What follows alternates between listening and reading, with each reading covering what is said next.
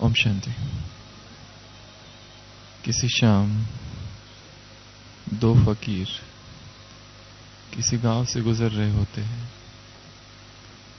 और अचानक उसमें से एक फकीर कहता है, सुनो, मस्जिद में अजान हो रही है। वहां पर बहुत भीड़ होती है। वो बाजार का इलाका होता है। खरीद फरोख्त, लोग चिल्ला रहे हैं। बेचने वाले, खरीदने वाले, बहुत उनकी आवाजें हैं वहां पर। और जब इस तरह वो एक फकीर कहता है कि सुनो, मस्जिद की अजान हो रही है, तो दूसरा फकीर उससे कहता है कि इतनी आवाज में, इतनी शोरगुल में तुम्हें वो अजान की आवाज कैसे सुनाई दी? यहां तो कुछ भी दिखाई नहीं देता है, सुनाई नहीं देता है, समझ नहीं आता है। इतना आवाज और इतनी भीड़ यहां पर है। तो वो दूसरा फकीर उससे कहता है, मैं तुम्हें एक प्रमाण देता हूं। और वो अपने खीसे से एक सिक्का निकालता है और उस बाजार में जहां भीड़ है वो सिक्का उछालता है। और जैसे ही सिक्के की आवाज होती है खन, और वो सिक्का नीचे गिरता है, तो इतने सारे लोग जो कि व्यस्त है, इतने सारे लोग जो कि कुछ ना कुछ कर रहे हैं, सबका ध्यान उस सिक्के की ओर चला जाता है।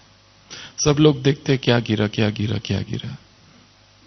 कोई कहता है सिक्का गिरा है, कोई कहता है कहां है, यहां है, वहां है।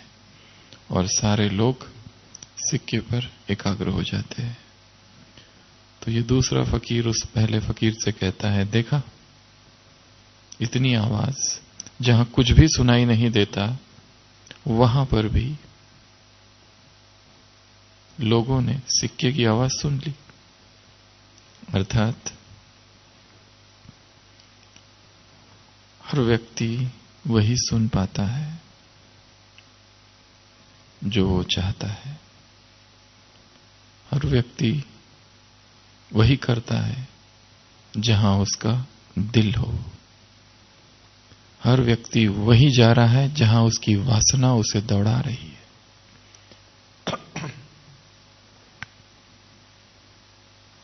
चाहे आवाज कितना भी हो, परंतु जिसको जो सुनना है वो सुन सकता है। चाहे परिस्थिति, वातावरण कैसा भी हो, परंतु अगर किसको कुछ करना है तो वो किसी भी परिस्थिति में वो कर सकता है। प्रश्न वातावरण का नहीं, प्रश्न चाह का है।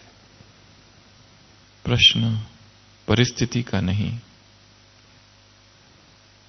स्व की आतुरता, इच्छा, करने की ललक, उमंग, अभिप्सा कितनी है, इसका है। तो चाहे हम इस आवाज की दुनिया में रहे, परंतु चाह हो आवाज से परे जाने की। चाहे इस व्यक्त धाम में रहे, परंतु आवाज अव्यक्त की सुनना। सारा ध्यान उस अव्यक्त पर केंद्रित रखना, करना, ये लक्ष्य है। तो आज हम कर्म फिलॉसफी में जो 5वीं बात है वो आज देखेंगे। सबसे पहले देखा था पांडव भवन में कर्मगति के 12 गुह्यतम सूत्र।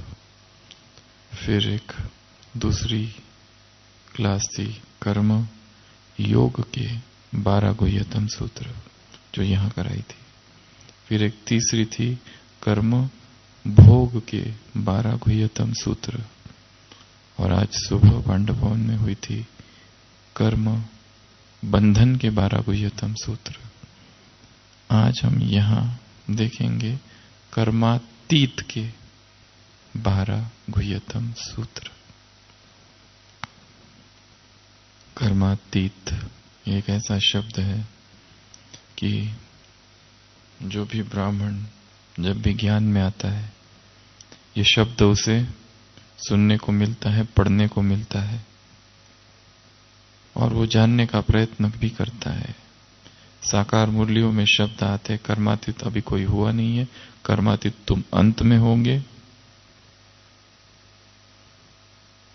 ये तुम्हारी पिछाड़ी की अवस्था है, अभी नहीं है, कोई बना नहीं है। साकार में आता है अव्यक्त, कई सारी मुरलियां चली है, कर्मातीत कैसे बने।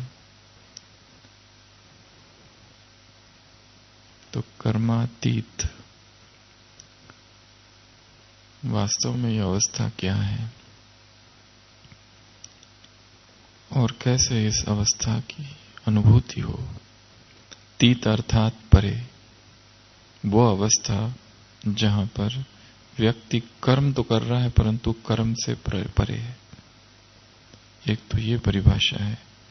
दूसरी परिभाषा है जब आत्मा सभी कर्मों से निवृत्त होकर परमधाम चली जाए, वो जो परमधाम की अवस्था है वो कर्मातीत अवस्था है।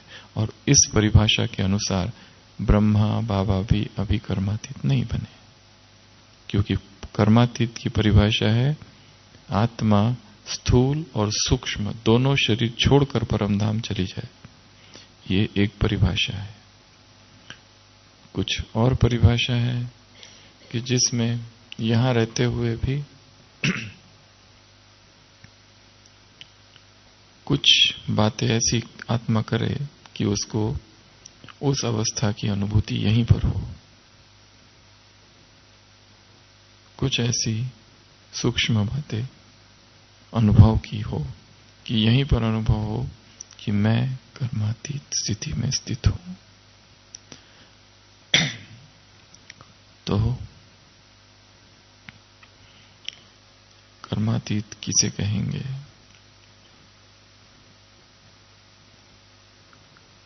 इस अवस्था को कैसे पाना है और इसके फायदे क्या है और हमारी इसके विषय में समझ कितनी है, इसकी हम थोड़ी आज चर्चा करेंगे। सबसे पहली चीज, यदि वो 12 चीजें हैं तो सबसे पहली जो चीज है उसमें कर्मातीत अर्थात साक्षी भाव। कर्मातीत की प्रथम परिभाषा है साक्षी भाव, और इस साक्षी भाव का दिन भर में अभ्यास करना है। कैसे? दर्शक बनकर रहना और एक पर्दे पर दृश्य देखते रहना। सोने से पहले दिनचर्या का एक चित्र, सोने से पहले एक पर्दा जिसमें देखना कि ये उठना, ये सारे कार्य करना, इसमें जो कुछ हुआ इस पर्दे पर हुआ और मैं दर्शक हूं। दर्शक होने की अवस्था का अभ्यास बार बार कई बार करना, क्योंकि साक्षी स्थिति ऐसी चीज है कि इसे अध्यात्म की सर्वोच्च अवस्था कहा गया है और परिणाम कहा गया है सारी साधना का। परंतु हम परिणाम के रूप में नहीं, साधना के रूप में भी साक्षी स्थिति का अभ्यास कर सकते। तो एक्सपेरिमेंट करने हैं, प्रयोग करने हैं साक्षी भाव के सारे ही दिनचर्या में।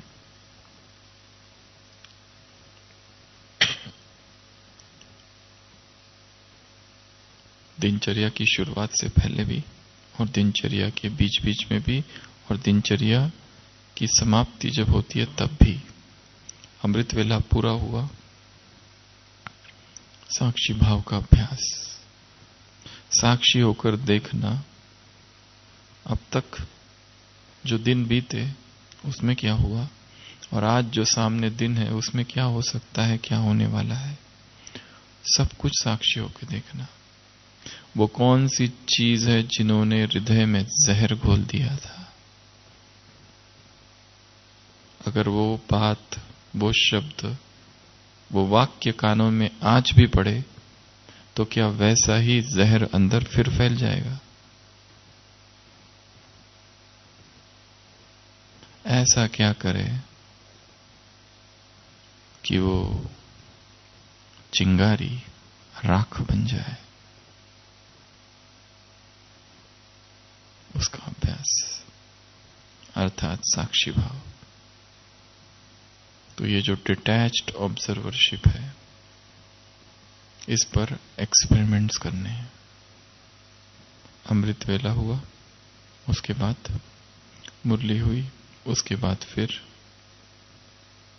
दिन भर में कई बार बीच बीच में जहां बहुत हलचल हो रही है, सब कुछ उस दृश्य से बाहर हट जाना और देखना। तो यहां की कोई चीज प्रभावित नहीं करेगी, या ये सोचना कि मुझे कहीं पर भी इंटरफियर नहीं करना है, हस्तक्षेप कहीं नहीं करनी है कि इसमें मैं ये करूं, उसमें मैं वो करूं। साक्षी वो सूक्ष्म अवस्था है चेतना की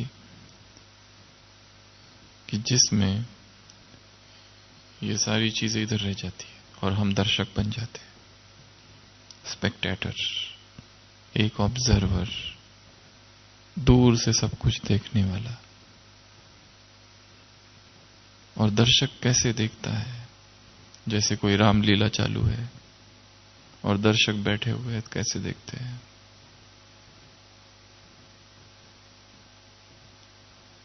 कोई प्ले चालू है, कोई ड्रामा चालू है और हम देख रहे हैं। ये भान हमेशा रहता है कि मैं उसमें जो एक्टिंग हो रही है वो नहीं हूं, मैं इनसे अलग हूं। परंतु इस ड्रामा में यह भी देखना है कि यहां मैं प्ले भी कर रहा हूं, पर साथ साथ मैं डिटैच भी हूं और दर्शक भी हूं। तो पूरी दिनचर्या में एक्सपेरिमेंट्स करने हैं बहुत सारे। कोई परिस्थिति आई, बहुत ही खतरनाक परिस्थिति, डिस्टर्ब करने वाली परिस्थिति, उस परिस्थिति में अटैचमेंट हो जाता है, पॉजिटिव या नेगेटिव, उससे भी खुद को अलग करना और उस परिस्थिति को स्क्रीन में से देखना। जैसे कोई पत्रकार होता है, किसी घटना स्थल पर पहुंचता है, तो उसका लक्ष्य क्या होता है? एक तो जानकारी हासिल करना, क्योंकि उसको अखबार में छापना है। जैसे कहीं भूकंप हो गया, ठीक है, वो अपना कैमरा लेके पहुंचता है, उसका क्या लक्ष्य होता है कि पता कर लूं ये कौन सी जगह है, कितने लोग घायल हुए हैं, कितने लोग मर गए हैं, भूकंप की क्या गति थी, और कौन कौन से इलाके प्रभावित हुए हैं, हानि कितनी हुई है। ये सारी चीजें उसको पता चाहिए। वो फटाफट साक्षी होकर सब कुछ अपना कर लेता है। अगर वो वहां जाए और खुद ही इन्वॉल्व हो जाए और खुद ही दुखी हो जाए उन लोगों के साथ, वो साक्षी नहीं रहा, वो अपने आप को थोड़ा अलग रखता है।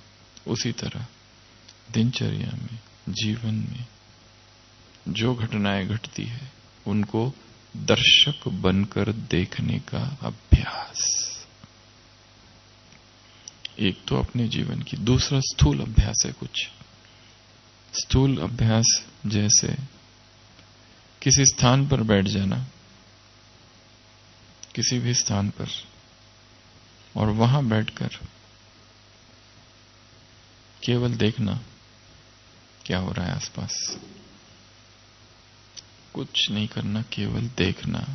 जैसे रास्ते के किनारे पर कोई खड़ा हो जाए और देखे ये रास्ता है, यहां पर खड़ा है, और खड़ा होकर देख रहा है, गाड़ियां आ रही है, गाड़ियां जा रही है। हम कर नहीं रहे कुछ, किसी गाड़ी को रोकने की कोशिश नहीं कर रहे, ना ही किसी गाड़ी में बैठने का प्रयत्न कर रहे। गाड़ी आई, गाड़ी चली गई, गाड़ी आई, गाड़ी चली गई। ये स्थूल अभ्यास है साक्षी का सेकंड। तीसरा अभ्यास है, जैसे मन एक वृक्ष है और विचार पक्षी है। मन क्या है?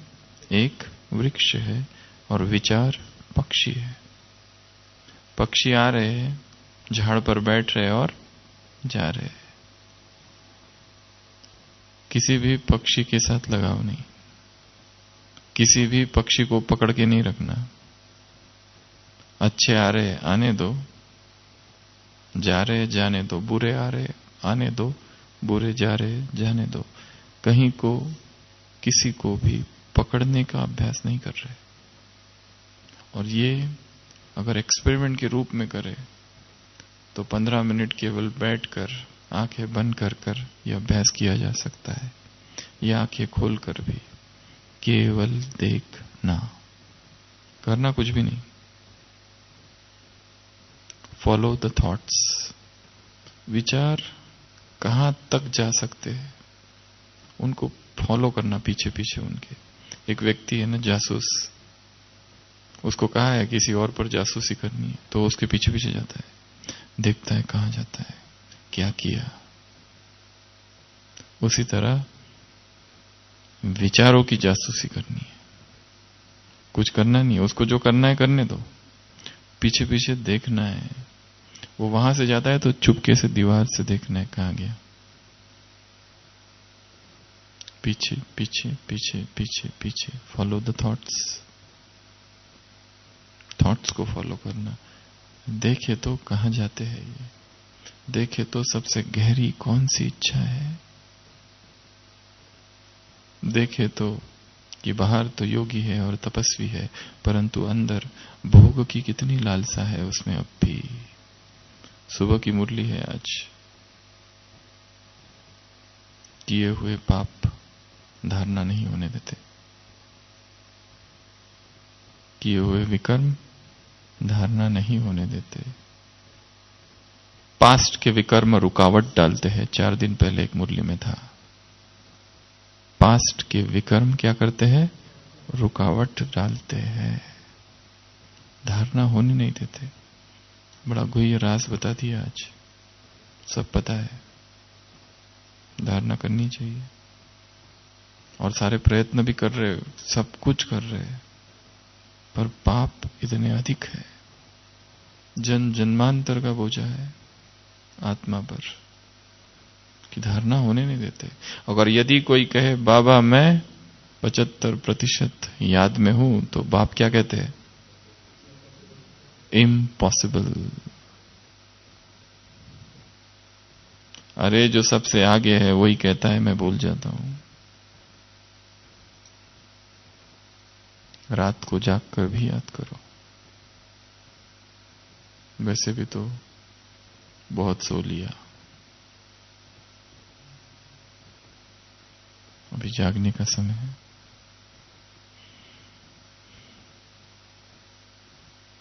तो तीसरा अभ्यास, मन क्या है? वृक्ष, विचार पक्षी। चौथा अभ्यास साक्षी भाव का,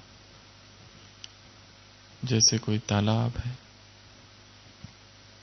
तालाब के पास मैं बैठा हूं, एक कंकड़ लिया और फेंक दिया। क्या हो रहा है? तरंगे उठ रही है। वैसे मन भी तालाब है, विचारों के कंकड़ पत्थर पड़ रहे हैं और जो निर्माण हो रही है वो है वृत्तियां, वृत्ताकार, वर्तुल, ऑर्बिट, सर्कल। उसको भी देखना है कि मन क्या है? तालाब है जिसमें विचार गिर रहे हैं और वो लहरें जो उठ रही है वो कितनी है, कैसी है, और कौन सा विचार बहुत जबरदस्त लहरों को निर्माण करता है और कौन से हल्के विचार है। वासना क्या करती है और प्रभु प्रेम के संकल्प क्या करते हैं। साक्षी देखना, केवल देखना, यही साक्षी भाव है। ये देखते देखते ही वो जो तृष्णाएं है, वो जो उनका फोर्स है, वो कम हो जाएगा, क्योंकि हम उससे भागते हैं। क्योंकि जब वो आई थी लास्ट टाइम, वो तीव्र इच्छा सब कुछ हिला दिया था, और अब उसकी तरफ जाना ही नहीं चाहते, उससे दूर भागते हैं। परंतु उसको भी देखना, ये साक्षी भाव है।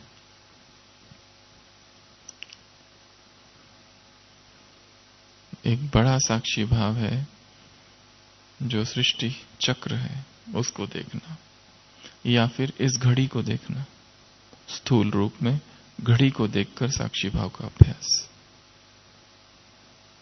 घड़ी को देखते देखते 12 बजे, फिर 3 बजे, फिर 6 बजे, फिर 9 बजे, अभी 5 मिनट बाकी है 12 बजने को। सृष्टि का संगम युग। इस घड़ी में साक्षी भाव को लाना, तो छोटे छोटे छोटे एक्सपेरिमेंट्स, डिटैच्ड ऑब्जर्वरशिप के, साक्षी भाव के दिन भर चलते रहे। नहीं तो कर्म खींच लेते हैं, बांध देते हैं, आकर्षण और प्रभाव में लाते हैं, और फिर उस अनुसार सुख दुख का अनुभव होते रहता है। तो कर्मातीत के 12 गुह्यतम सूत्रों में सबसे पहला सूत्र है कर्मातीत अर्थात साक्षी भाव। उसमें ये सारे अलग अलग एक्सपेरिमेंट्स दिन भर में करने रहते हैं। कभी ना, कभी तो घड़ी, तो कभी तालाब, तो कभी झाड़, तो कभी रोड, तो कभी अपनी ही दिनचर्या। साक्षी होकर देखना, देखना, दर्शक बनना, म्यूट स्पेक्टेटर। जैसे रामायण में श्री राम जब वाल्मीकि के आश्रम में है बचपन में, तो राम वाल्मीकि से पूछते हैं, ये साक्षी भाव क्या है, मुझे बताइए। वशिष्ठ के आश्रम में, नॉट वाल्मीकि, वशिष्ठ। तो वशिष्ठ उनको कहते हैं, मैं तुम्हें अनुभव कराता हूं, राम आओ इधर। तो सारे बच्चे बैठे हुए हैं, वशिष्ठ सामने है, राम को बुलाते हैं, और योग शक्ति से वो सूक्ष्म शरीर दोनों धारण करते हैं और ऊपर जाते हैं, और ऊपर बैठ जाते हैं, और ऊपर से वशिष्ठ राम को समझाते हैं। योग वशिष्ठ में इसका वर्णन है, और कहते हैं कि राम देखो, ये संसार जो मुरलियों में आता है ये बना ही नहीं है, मिथ्या है, ये जो देखो। वशिष्ठ राम से कहते हैं, देखो वो वशिष्ठ कैसा बैठा है, समझता है, बहुत बड़ा ज्ञानी है, और कैसे अपने ज्ञान का सिक्का जमा रहा है उन पर जो उसके सामने बैठे हैं। उसके अहंकार को तो देखो। वशिष्ठ ऊपर से अपने को ही दिखा के राम को समझाता है कि वो समझता है, वो सब जानता है, और जो सामने बैठे हैं वो सोचते हैं कि हम इससे सब जान लेंगे। बस यही माया है। सब कुछ साक्षी होके देख लेना, अपनी कमियों को, अपनी कमजोरियों को, अपनी इच्छाएं, तृष्णाओं को, वासनाओं को, विचारों को, भाव को, भावनाओं को, पास्ट को, फ्यूचर को, संबंधों को। संबंधों में जो हलचल है, संबंधों में जो दर्द है, जो दुख है, जो मनमुटाव है, मलिनता है, इन सबको साक्षी अर्थात न्यूट्रल। साक्षी ये जज नहीं करता ये अच्छा है ये बुरा है, ये साक्षी अवस्था नहीं है। साक्षी अर्थात अब भगवान का इतना बड़ा यज्ञ, वो किस रीति से साक्षी होकर बैठा है। सोचो, बाबा से मिलने 25,000 लोग आए नीचे। पुरानी कोई बात ले लो 2 साल पहले, और बाबा आने वाले हैं, और बाबा समय पे आते ही नहीं। तो उसको ये सोचता है वो, इतने लोग मुझसे मिलने आए, मैं नहीं गया। कुछ नहीं सोचता है, साक्षी है। उसका साक्षी भाव परम है। तो इतना साक्षी भाव के लिए एक है बड़ा साक्षी भाव, एक है छोटा साक्षी भाव, टुकड़ा टुकड़ा वाला साक्षी भाव। तो छोटे छोटे साक्षी भाव का अभ्यास करना है। गए, देखना क्या हो रहा है। किसी को करेक्शन देने का कोई प्रयत्न नहीं, किसी को कुछ बताने का कोई प्रयत्न नहीं, केवल देखना साक्षी होकर। ये नहीं कि इसने ऐसा नहीं करना चाहिए था, ये ऐसा क्यों करता है, ये गलत है, ये सही है, ये पक्षपात है, ये अन्याय है, ये न्याय है। ऐसा भी होता है क्या, वैसा भी होता है क्या? कुछ भी नहीं, साक्षी। तो कर्मातीत की सबसे पहली परिभाषा है साक्षी भाव। इस साक्षी भाव को अपने अंदर लाना है। दूसरी परिभाषा या दूसरा गुह्यतम सूत्र, साक्षी भाव अर्थात उपराम स्थिति। साक्षी भाव अर्थात उपराम, बहुत ऊपर, उपराम, ऊपर से बैठकर नीचे देखना। इस उपराम के भी छोटे छोटे एक्सपेरिमेंट्स किए जा सकते हैं। पहले छोटे एक्सपेरिमेंट, फिर बड़ा वाला उपराम। जैसे साक्षी एक बड़ा साक्षी है, एक छोटा साक्षी है, उसी तरह एक उपराम है एकदम बड़ा। उपराम हो जाना बिल्कुल, अभी बस काम हो गया पूरा, तुम लोग करो, हम तो हमारी स्टेज ये सब करने की नहीं है, हम इससे परे निकल गए। तो एक छोटा उपराम, उसके भी स्थूल अभ्यास। और स्थूल अभ्यास है किसी पहाड़ी पर जाकर बैठना और वहां से स्थूल में, और वहां से नीचे का दृश्य देखना। जैसे नकी के इर्द गिर्द जो पहाड़ी है उसके ऊपर जाकर बैठ गए और नीचे देखना, पूरा नकी लेक दिखाई दे रहा है।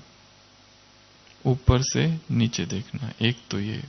दूसरा छत पर जाकर देखना लोग क्या कर रहे हैं।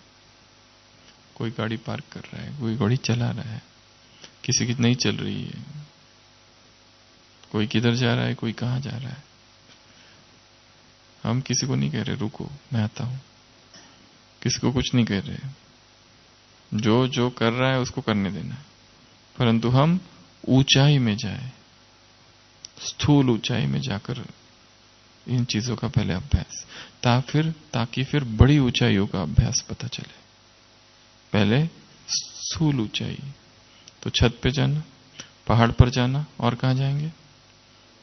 टावर कहां पर है? टावर पर जाना, और कहां जाएंगे? ऊंचाई कहां है? स्थूल रोज ऐसी जगह चाहिए जहां रोज जा सके, वो जगह बताओ, और जो बहुत सहज हो।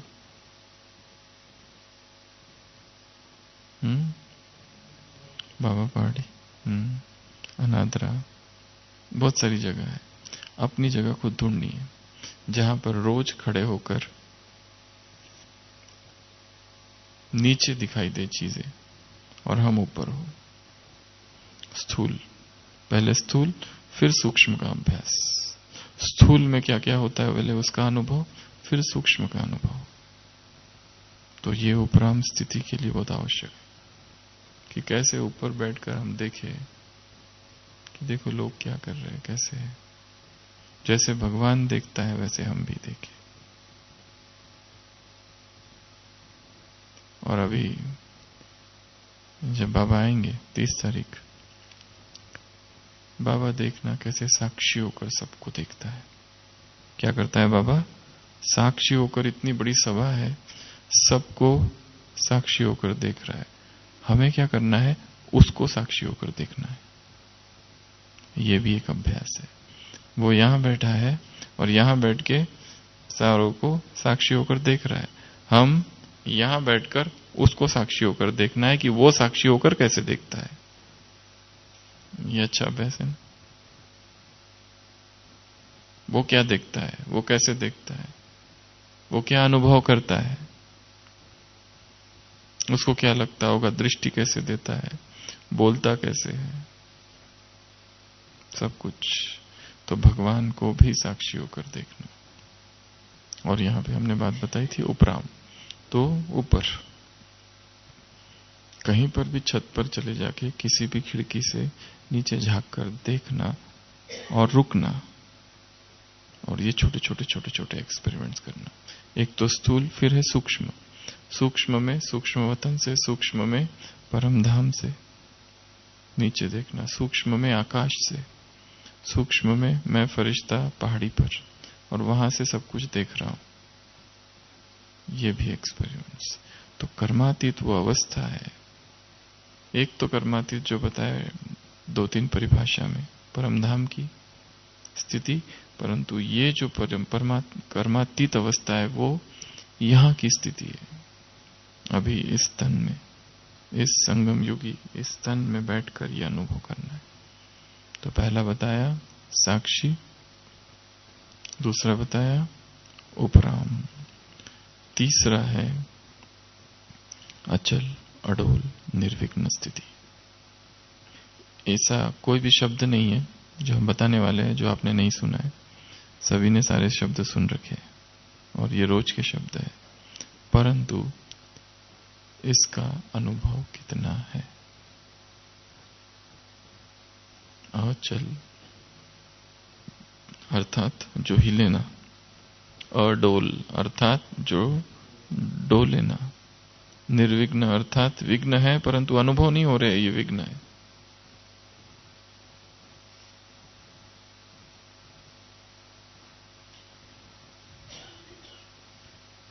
ऐसी स्थिति यहां हो, इसका नाम है कर्मातीत।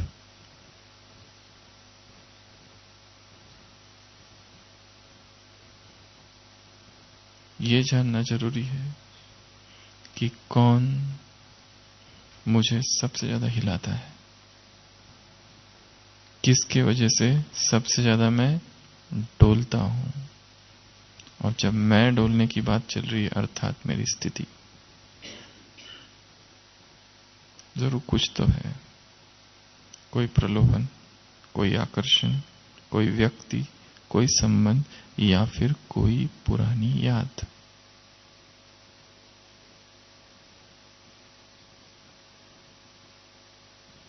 पास्ट से डिटैच होना एक बहुत बड़ा पुरुषार्थ है। आज कहा ना, पास्ट के कर्म विकर्म तुम्हें धारणा करने नहीं देते। उससे भी ज्यादा उनकी यादें, वो तो जो कर्म किया था वो कर लिया, परंतु उनकी यादें अब भी है। वो यादें छोड़ती नहीं है, पीछे पकड़ के रखती है। पास्ट को भी साक्षी होकर देखना ताकि वो यादों का फोर्स कम हो जाए।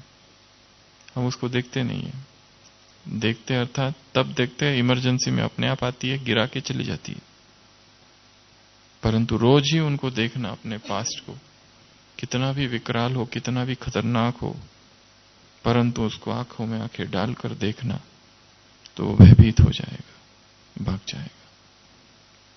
इसके लिए अचल स्थिति तो तब आएगी, केवल नारे लगाने से तो होगा नहीं। मैं अचल आत्मा हूं, अडोल आत्मा हूं, निर्विघ्न आत्मा हूं, यह भी महत्वपूर्ण है, परंतु काम करना पड़ेगा उसके ऊपर। डिफिकल्ट से डिफिकल्ट सिचुएशन में स्टेबल कैसे रहा जाए।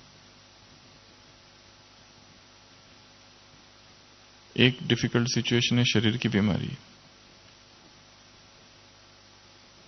अचानक बीमार हो जाना, हिल जाती है आत्मा, सारा ज्ञान योग एक तरफ छूट जाता है। कोई बीमारी नहीं, कुछ नहीं है तो सब ठीक है। जैसे थोड़ी सी भी बीमारी आई, हिल गई, क्योंकि शरीर से इतना ज्यादा लगाव है, उसकी थोड़ी सी भी पीड़ा सहन नहीं कर सकते। एक तो ये है जो हिला देता है पूरा, बड़े बड़े योगी हिल जाते हैं इससे। इसके लिए इसकी भी तैयारी आंतरिक होनी चाहिए। धन की कमी हिला देता है, संबंध बहुत ज्यादा कड़वाहट, जहरीले संबंध हो गए, वो भी हिलाते हैं।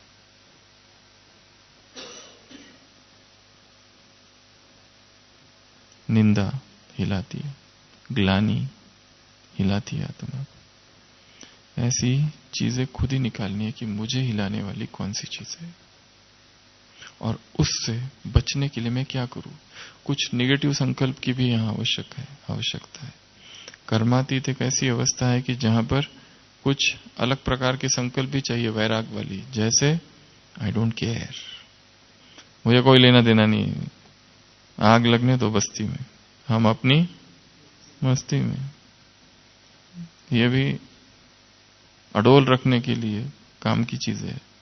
चिकना घड़ा होने दो, जो गिर रहा है होने दो, हमको कोई फर्क नहीं पड़ता है, मुझे कोई फर्क नहीं पड़ता, मुझे कोई लेना देना नहीं है, जो होगा वो होगा।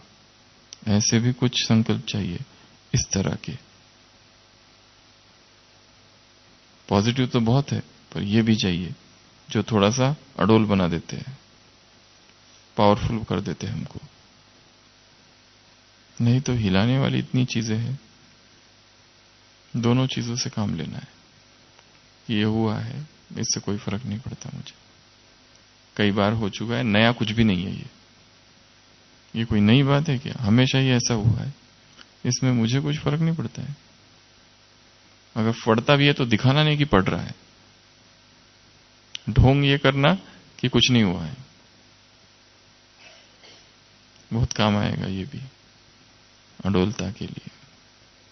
और जो ये दिखाते हैं कि हमको बहुत प्रभाव पड़ गया, हमको ये हो गया, हमको वो हो गया, वो और ज्यादा प्रभावित होते हैं। जो ये दिखाते हैं कुछ नहीं, सब ठीक है, सब ठीक है, ठीक ठीक करने वाले अपने आप ठीक हो जाते हैं। तो ये तीसरी चीज है,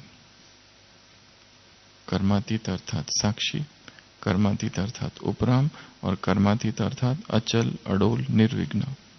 चौथा, कर्मातीत अर्थात कर्म बंधन मुक्त। कर्म बंधन न बन जाए। आज सुबह विस्तार से चर्चा हुई थी पांडव भवन में। कर्म को कौन बंधन क्रिएट करता है? अज्ञान, आसक्ति, अपेक्षाएं, आदतें, बहुत सारी चीजें, प्रमाद, आलस, वासना, स्वार्थ, निगेटिविटी, भय,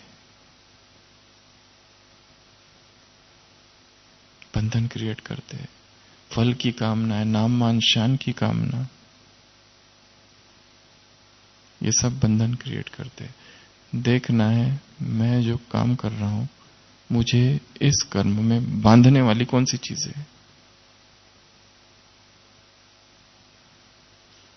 जो चीज मुझे बांधती है उस पर मुझे काम करना है। जैसे कोई सेवा की, तुरंत इच्छा है कि उसका विस्तार करे और उसके बारे में बहुत बताया जाए।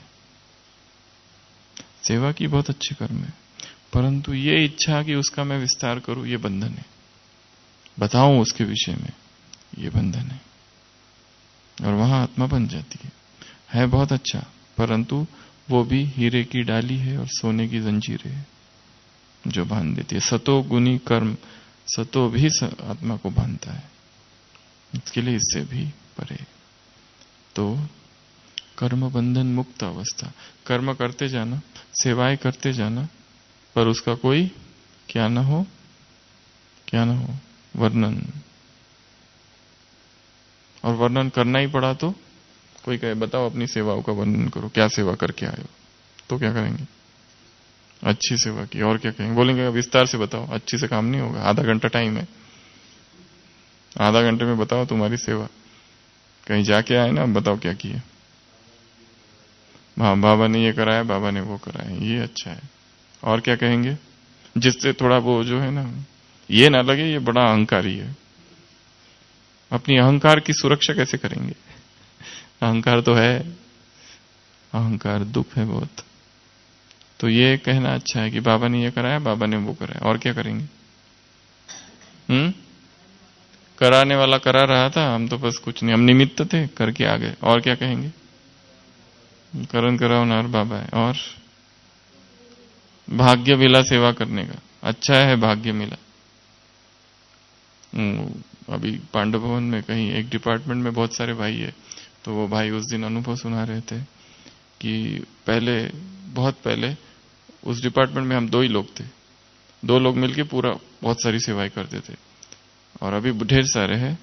तो उस समय दादी के पास एक बार बात गई कि यहाँ 2 ही लोग हैं, काम बहुत है। तो दादी ने कहा आपके पास और भाई को लाए, चाहिए क्या?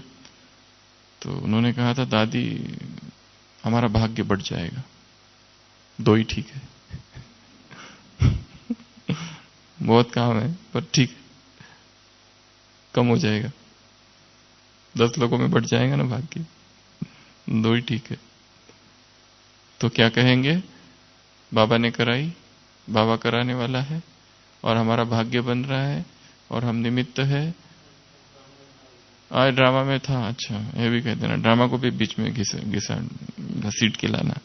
ये ड्रामा में सेवा थी, बस अब क्या करें? और क्या कहेंगे?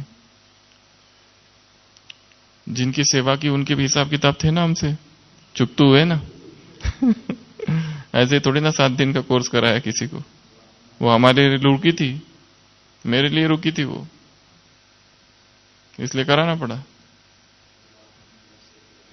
और दूसरी एक बात, वो उनका अपना ही भाग्य है, वो खुद ही वर्षे के अधिकारी है, इसमें तुम्हारा कोई खास रोल नहीं है।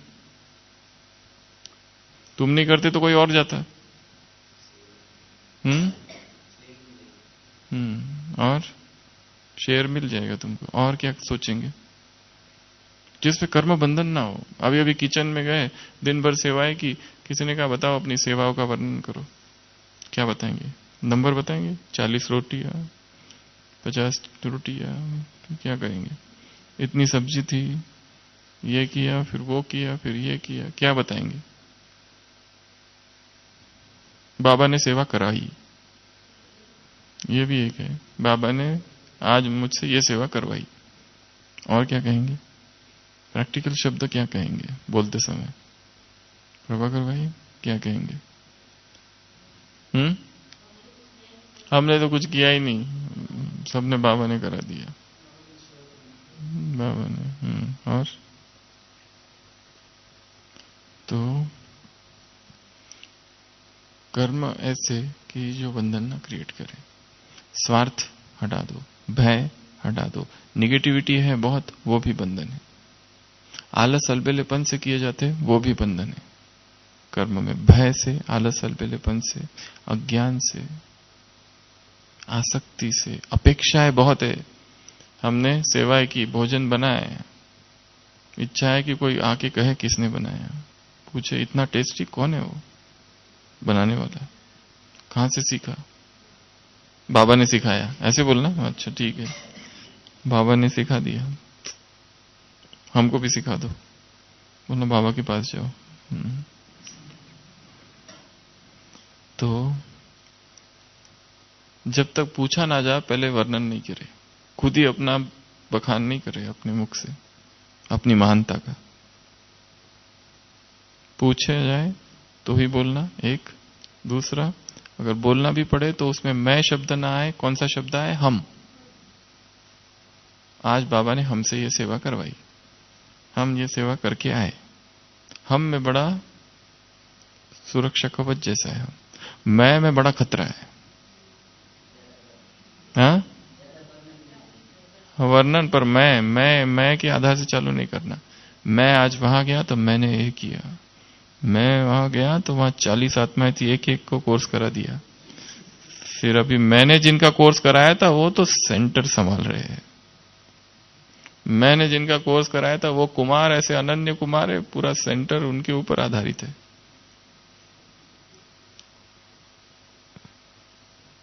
कोई एक माता, इधर ज्ञान सरोवर की बात है शायद, हाँ ज्ञान सरोवर में कभी किसी ने शायद गीत गाने को बोल दिया स्टेज पर, तो वो 1 साल तक वर्णन करती रही कि मैंने ज्ञान सरोवर में स्टेज पर गीत गाया। अरे किसको याद है तुमने गीत गाया? गाया होगा गीत। वहां से निकले बाहर सब भूल चुके हैं। हम सोचते हैं हमारी जो चीजें बहुत ही लोग याद रख रहे, सब अपने दुख दर्द में डूबे हुए हैं संसार में। किसको लेना देना है तुमसे? तुमने क्या किया, क्या बोला, क्या गाया, अच्छी सेवा की, अपने लिए किया, फुल स्टॉप। दूसरों को क्या करना है तुमसे? एक मुरली में आया था, संसार में सब अपने दुख दर्द में डूबे हुए हैं, किसी से कोई लेना देना नहीं है। हर एक की हिस्ट्री अपनी अपनी है। कल की मुरली में था ना, हर एक की लाइफ हिस्ट्री, जीवन कहानी अपनी अपनी है। सब अपने अपनी अलग अलग हिस्ट्री में जी रहे। तो कर्म बंधन मुक्त। कर्म करना है, बंधन नहीं क्रिएट कर देना है। कर्म करना और उसका वर्णन करना फिर बहुत है। एक तो वर्णन, कर्म करना और फिर उसकी चर्चा करना आपस में, तुमने क्या किया, हमने क्या किया। कर्म करना और फिर उसका डिजिटल एक्सपांशन करना। डिजिटल एक्सपांशन कैसे? फोटो खींचना, एक जगह गए, फोटो, सेवा की, फोटो खींचे और फिर दूसरों को भेजना 50 फोटो अपनी सेवाओं की। देखो ये तुम्हारी सजा है, मेरे फोटो देखो। बेचारा, अरे कैसा अत्याचार उसके साथ।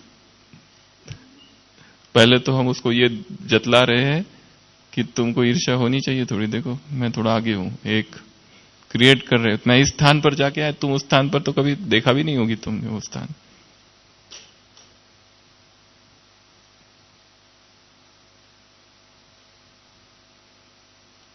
और उसको सजा, देखो हमने ये किया। उसने पूछा नहीं मांगा, हम भेज रहे जबरदस्ती। तो ये सेवाओं का इस तरह का एक्सपांशन, डिजिटल एक्सपांशन, विस्तार डिजिटल आवश्यक नहीं है। हाँ कोई मांगता है तो ठीक है, दे दो।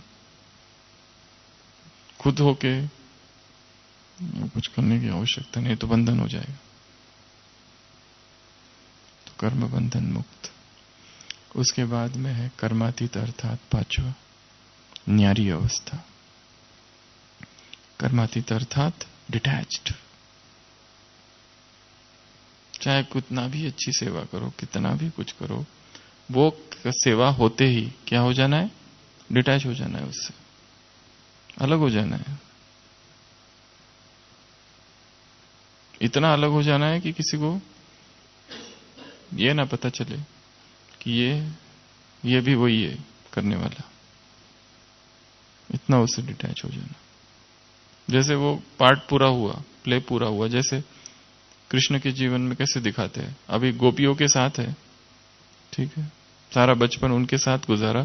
जब जाने की बारी आई मथुरा, ऐसे छोड़ दिया जैसे हमेशा के लिए छोड़ दिया। बाद में कोई वर्णन ही नहीं है उसमें वो कभी उनके पास गया, कोई लेना देना नहीं, धक से छोड़ दिया, एकदम डिटैच्ड। ना ही उसके बाद कभी वो बांसुरी हाथ में ली, बांसुरी से भी अटैचमेंट चला गया, इतना डिटैच्ड। अभी अभी गए किसी डिपार्टमेंट में सेवा की, काम पूरा हुआ, डिटैच्ड। अभी अभी गए मधुबन में गए, काम पूरा हुआ, डिटैच्ड। अभी अभी किसी की सेवा केंद्र में रहे, जैसे कोई कुमार है या कोई बहन है, एक केंद्र में है या किसी डिपार्टमेंट में है, डिपार्टमेंट चेंज, कोई वर्णन नहीं, उधर का उधर, इधर का नया, डिटैच्ड। डिटैचमेंट कर्मातीत स्थिति है। और इस डिटैचमेंट के बीच छोटे छोटे एक्सपेरिमेंट, एक है बड़ा डिटैचमेंट और एक है टुकड़ा टुकड़ा डिटैचमेंट, छोटा छोटा डिटैचमेंट। जैसे अभी क्लास में है, क्लास पूरी हुई, यहां से गए, फुल स्टॉप, इससे भी डिटैच्ड।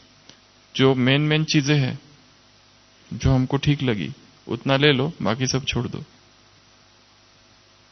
ज्ञान को ले लो, वो जो सांस थे, वो जो बोलने वाला था, उसको हटा दो। छिलके बाहर, केला अंदर।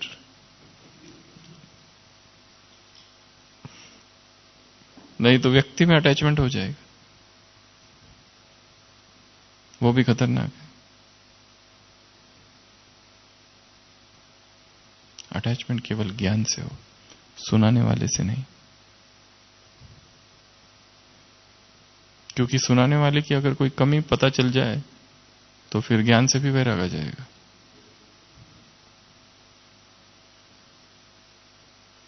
और जिसके प्रति बहुत सम्मान है उससे तो दूर ही रहना हमेशा। जो लगता है आदर्श है उससे हमेशा दूर रहना, क्योंकि उसके नजदीक जाते ही क्या होगी? फैमिलियरिटी, फिर उसके अवगुण, फिर उसके प्रति जो सम्मान है वो कम होने लगेगा। और वास्तव में सम्मान उस धारणा मूर्त के प्रति है जो उस व्यक्ति में है, और वो सम्मान कायम रहे। उसके समीप जाकर उसके एक दो अवगुणों को देखकर हमारी अपना ही उसमें नुकसान है, क्योंकि उसको आदर्श समझकर हम चल रहे थे और उसमें भी देखा ये सभी है जो हम में भी है। कुमार सेवा केंद्र पर जाते हैं, सेंटर पर बहनें देवियां दिखती है शुरुआत में, वही जो मंदिरों में जिनकी पूजा हो रही है। 6 मास के बाद फिर उनके अवगुण भी पता चलने लगते हैं।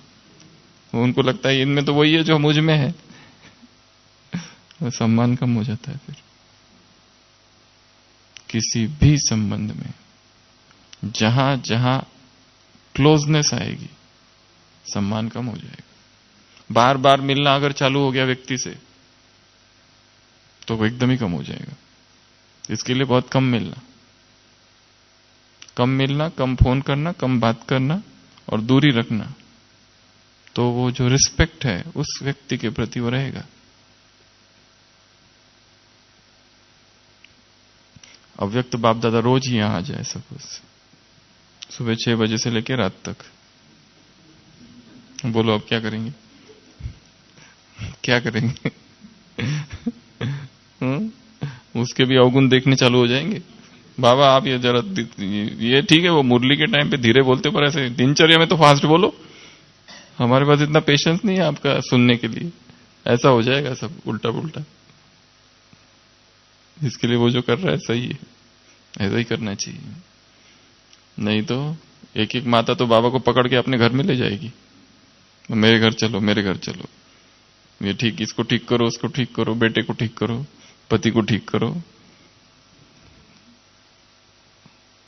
और कुमार अपने घर कमरे में ले जाएंगे, बाबा मेरी प्यूरिटी का कुछ करो।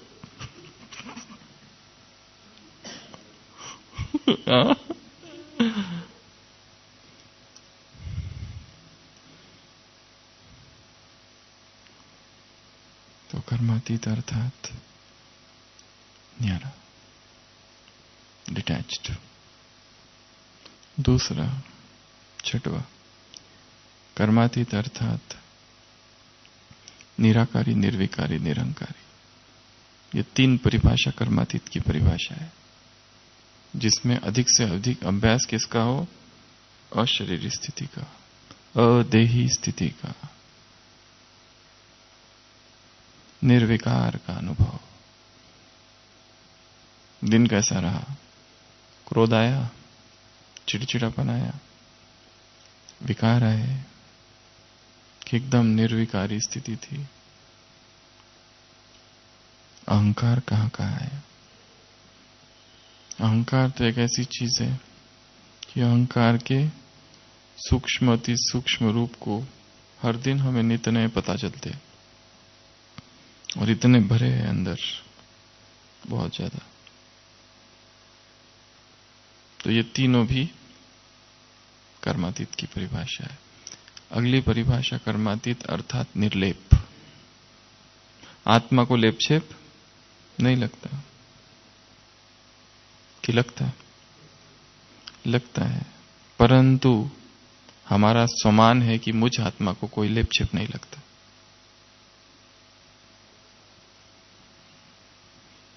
आत्मा अभिमानी स्थिति अर्थात कोई लेपछेप नहीं। आत्मा को लेपछेप लगता है, परंतु मुझ आत्मा को कोई लेपछेप नहीं लगता। मैं आत्मा निर्लेप हूं, अलिप्त हूं, कोई भी लिप्त नहीं कर सकता मुझे। जैसे कमल का पत्ता, वैसे मैं हूं, इंटैक्ट एज अ लोटस। इसका भी एक चेकिंग है कि कौन कौन सी चीजें, इसको दूसरे शब्द में कहेंगे नो रिएक्शन। नो रिएक्शन, कोई रिएक्शन नहीं, कोई लेपछेप नहीं। जैसे कि निष्ठुर हो गए, कठोर हृदय, एक रीति से। पर यह संसार की परिभाषा। हृदय तो अंदर बहुत कोमल है, पर इन सब चीजों के लिए कोमल नहीं है। कोई रो रहा है तो हम भी रोने लगे, कोई मर गया तो हम बैठ के रोने ही लगे उसके लिए। वो बाइबल में दिखाया है, जीसस क्राइस्ट उस पीटर से कहता है चलो मेरे साथ। पहली बार मिलता है, एक एक शिष्य को चुन रहा है वो, कहीं कहां जाता है, कहीं कहां जाता है। कोई खड़े हैं 2 व्यक्ति, उनको कहता है मेरे पीछे आ जाओ, और वो चले जाते हैं। कोई कुछ सामान बेच रहा है, उसकी आंखों में देखता है, वो कहता है मुझे पहचाना?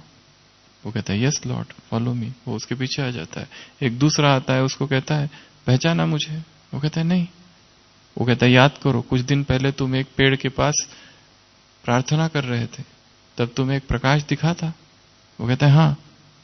और उसकी आंखों में देखता है वही प्रकाश, फॉलो मी, और उसके पीछे आ जाता है। एक एक शिष्य को ऐसे चुनता है वो। जहां जहां जाता है उनको स्मृतियां जाकर उठती है कि यही वो हमारा है पुराना गुरु। तो पीटर से पूछता है चलो मेरे साथ। तो वो पीटर मछुआरा होता है, मच्छी बेच रहा होता है, वह मच्छी पकड़ रहा होता है। वो कहता है नहीं, मैं आपके साथ अभी नहीं आ सकता, मेरे पिताजी ने शरीर छोड़ा है, मुझे जाना है। जीसस कहता है अभी तुमको मेरे साथ चलना होगा। लेट द डेड बरी द डेड। वो जो मरे हुए लोग हैं ना संसार में, वो मरे हुए लोगों का, मरा हुआ जो व्यक्ति है उसको दफन वो करेंगे। तुम्हें जाने की जरूरत नहीं, तुम मेरे पीछे आ जाओ, फॉलो मी। जो जा चुका अभी उनकी चिंता छोड़ो, तुम मेरे पीछे आ जाओ। और वो उसके पीछे चल देता है।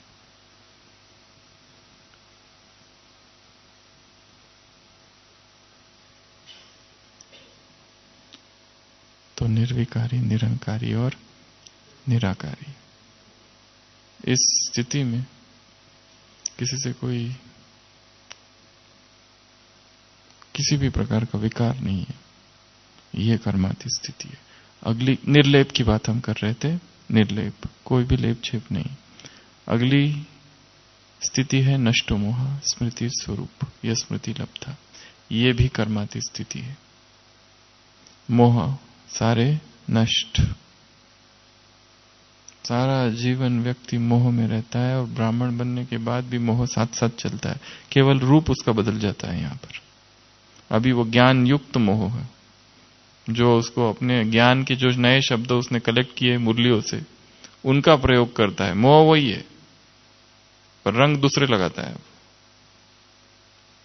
मोह तो वही है, अभी उसको पेंट लगाता है, सेवा नाम देता है, फिर उसको मोह है, पर अभी नया पेंट लगाता है, सेवा के साथ ही है। हम दोनों को बाबा ने निमित्त बनाया है।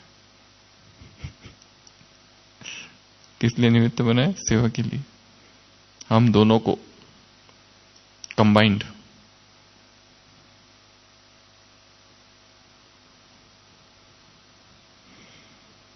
तोड़ निभाना है। ये सारे शब्द है, तोड़ निभा रहे हैं। तोड़ निभाने की ओट में, आड़ में मोह का पोषण चल रहा है।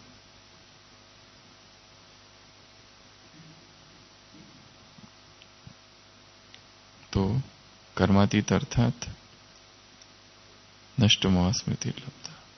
तो ये 4 चीजें हैं। पहला बताया न्यारा, निराकारी, निर्विकारी, निरंकारी, निर्लेप और नष्टो मोहा स्मृति स्वरूप। उसके बाद है कर्मातीत अर्थात अकर्ता, अभोक्ता, असोचता। ये वो अवस्था है जिसमें व्यक्ति अकर्ता ही है।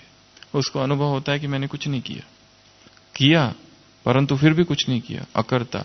अभोक्ता है, जैसे भगवान के लिए ये शब्द है तीनों भी, उसकी जैसी अवस्था है उसकी, अभोक्ता। इतना डिटैच्ड है कि ऐसा नहीं लग रहा है कि ये सारा कुछ मैं भोग रहा हूं। अभोक्ता है और अकर्ता है, असोचता है। सोच भी कुछ खास नहीं है किसी भी बारे में, लाइटनेस है।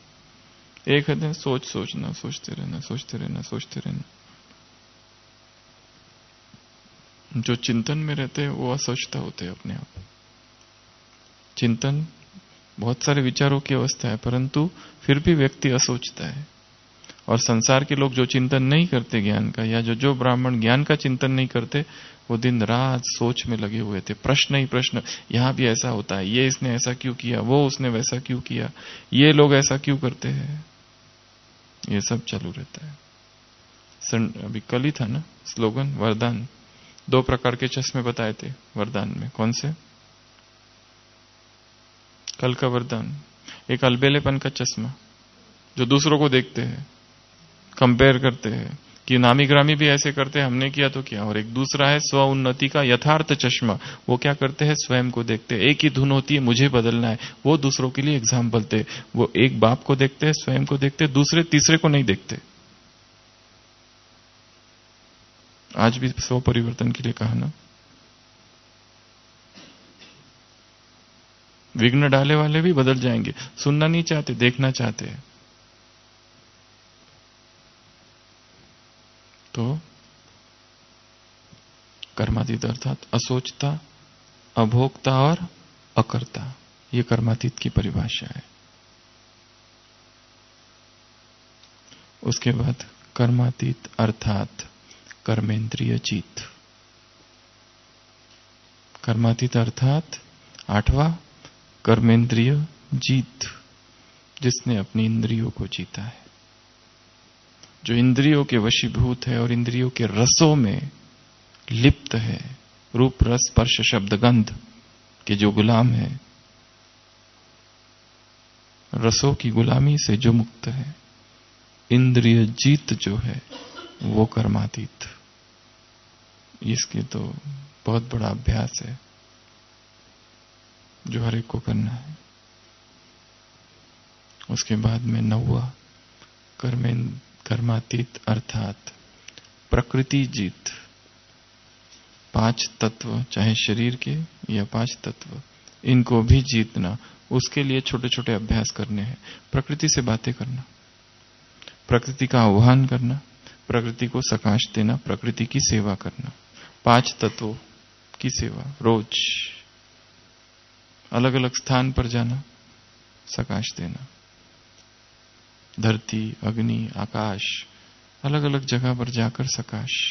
तो कर्मातीत अर्थात कर्मेंद्रिय, प्रकृति जीत। और लास्ट कर्मातीत अर्थात फरिश्ता, 12वां फरिश्ता। 12 हो गए ना, टोटल 12। वो गलत बोला था, 9 नहीं था, वो 11 10वां था। तो ऐसी ये 12 चीजें हैं कर्मातीत की। सबसे पहला रिवाइज करेंगे एक बार। कर्मातीत अर्थात साक्षी भाव। ये 12 पॉइंट्स हैं, इनको अलग जगह लिख के रखना है, अपने उस स्थान पर जो कि सेवा का स्थान है। अगर वो टेबल है, टेबल पर। अगर वो कोई दूसरा स्थान है जहां हम सेवा करते, क्योंकि सेवा करते समय ही कर्मातीत स्थिति खो जाती है, डिटैचमेंट चला जाता है वहां पर। तो सबसे पहला साक्षी। साक्षी होना ही भूल जाते हैं कि हमको साक्षी भी होना है। इतना इन्वॉल्व हो जाते हैं उसमें, इतना इन्वॉल्व कि उसकी हलचल से हमारी हलचल हो जाती है। उतना एक रूप हो जाते हैं उसके साथ। डिटैच होना ही भूल जाते हैं। तो सबसे पहला कर्मातीत अर्थात साक्षी, दूसरा कर्मातीत अर्थात उपराम, तीसरा कर्मातीत अर्थात अचल अडोल निर्विघ्न, अगला कर्मातीत अर्थात कर्मबंधन मुक्त। ये चार। उसके बाद में कर्मातीत अर्थात एन एन एन एन एन, चारों एन है। न्यारा, नष्टमोहा, निर्लेप और निराकारी, निर्विकारी, निरंकारी। ये चार एन बड़े काम के हैं। उसके बाद में कर्मातीत अर्थात अकर्ता, अभोक्ता, असोचता, असोच हो जाना। कितना समय विचार शांत हो जाते, कोई संकल्प नहीं, वो जो परमधाम की स्थिति का बार बार अनुभव, असोचता, अकर्ता, अभोक्ता। उसके बाद में कर्मेंद्रिय जीत, ये तो बहुत बड़ी साधना है। ये व्यक्तिगत साधना है हर एक की अपनी, कि मुझे इंद्रियों का दास नहीं बनना है। ये इन आंखों के ऊपर कुछ काम देना है, उसको काम देना, ये देखना ही नहीं है, मतलब देखना ही नहीं है, बस स्टॉप। ये अभ्यास है एक। कुछ कुछ सांप्रदाय के लोग हैं, वो क्या एक अलग प्रकार का अभ्यास करते हैं। आंखों पर पट्टी बांध लेते और सारे काम करते, गांधारी टाइप, गांधारी साधना। जबरदस्ती, आंखें हैं, सब कुछ ठीक है, पर पट्टी बांधकर जब अभी कमरे में गए और अभी सोना ही है, ये करना मत, नहीं तो गड़बड़ हो जाएगी। कुछ बता रहे क्या क्या करते हैं कि आंख से देखना नहीं है, बिना आंख के देखे क्या क्या किया जा सकता है। और जिनकी आंखें नहीं होती, उनकी वो जो देखने की वो जो होती है बहुत सूक्ष्म होती है। जैसे धृतराष्ट्र, आंखें बैठा है, कोई आया तो उसको पता चल जाता है, शकुनी है, कर्ण है, अर्जुन है, दुर्योधन है, सब जान लेता है। इसके लिए तो शकुनी उस पर एक व्यंग कसता है, कहता है तू सबके पैरों की चाल समझ लेते हो, समय की चाल नहीं सुन पाते, बस ऐसे मूर्ख हो। राज्य हाथ से छूट के जा रहा है, बाकी सबको समझ लेते हो, पदचाप सुन लेते हो, समय की पदचाप नहीं सुन पाते, बस यही तुम्हारा दुर्भाग्य है। ऐसा कह कर तो उसको उकसाता है वो दिन रात। तो वो जो जिनकी आंखें नहीं होती है, वो बहुत ज्यादा, उनके कान बहुत शार्प होते हैं। ये भी एक अभ्यास है। अगर देखो किसी एक कमरा में कोई खतरा नहीं है, सब जानी पहचानी चीजें, इधर एक बांध के